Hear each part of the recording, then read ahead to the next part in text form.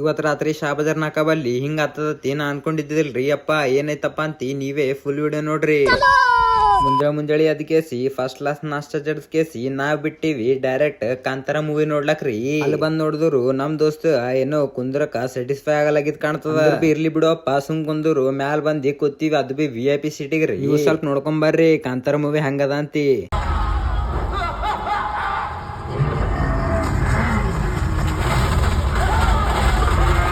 ಆಮೇಲೆ ಇಂಟರ್ವಲ್ಲೇ ಬಿಟ್ಟು ಬಿಡ್ತ್ರಿ ಅಭಿ ಪಿಕ್ಚರ್ ಬಾಕಿ ಅಂತ. ಇಲ್ಲಿ ಬಂದ್ ನೋಡಿದ್ರು ನಮ್ ದೋಸ್ತ ವಾಲಿಯಲ್ಲಿ ಇದಕ್ಕ ನೀರ್ ಹೆಂಗ್ ಬರ್ತಾವತ್ತಿ ನನಗ್ ಕೇಳತಾನ.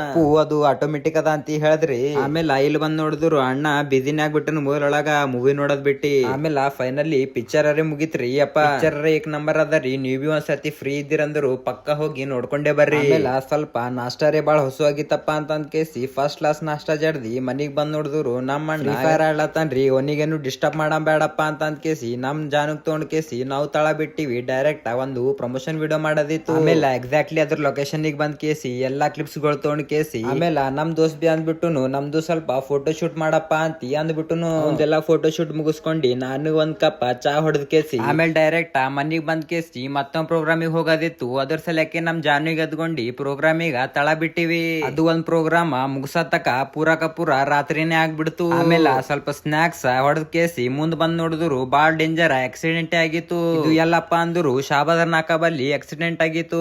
ಲೂಸರ್ ದವ ಪೂರಾ ಡ್ರಿಂಕ್ ಮಾಡ್ಕೇಸಿ ಗಾಡಿ ನಡೆಸ್ಲತ್ತಿನಂತ. ನೀವು ಡ್ರಿಂಕ್ ಮಾಡಕ್ ಹೋಗ್ಬೇಡ್ರಿ ಅಪ್ಪ, ಮಾಡಿದ್ರು ಬಿ ಫಸ್ಟ್ ಆಫ್ ಆಲ್ ಗಾಡಿ ನಡ್ಸ್ಲಕ್ಕೆ ಹೋಗ್ಬೇಡ್ರಿ. ನಮ್ ವ್ಲಾಗರೇ ಇಲ್ಲೇ ಮುಗ್ಸಮು. ನಿಮ್ಗ್ ವಿಡಿಯೋ ಚಂದ ಅನ್ಸ್ತಂದ್ರು ಲೈಕ್ ಮಾಡಿ, ಫಾಲೋ ಮಾಡಿ. ನಮಸ್ಕಾರ.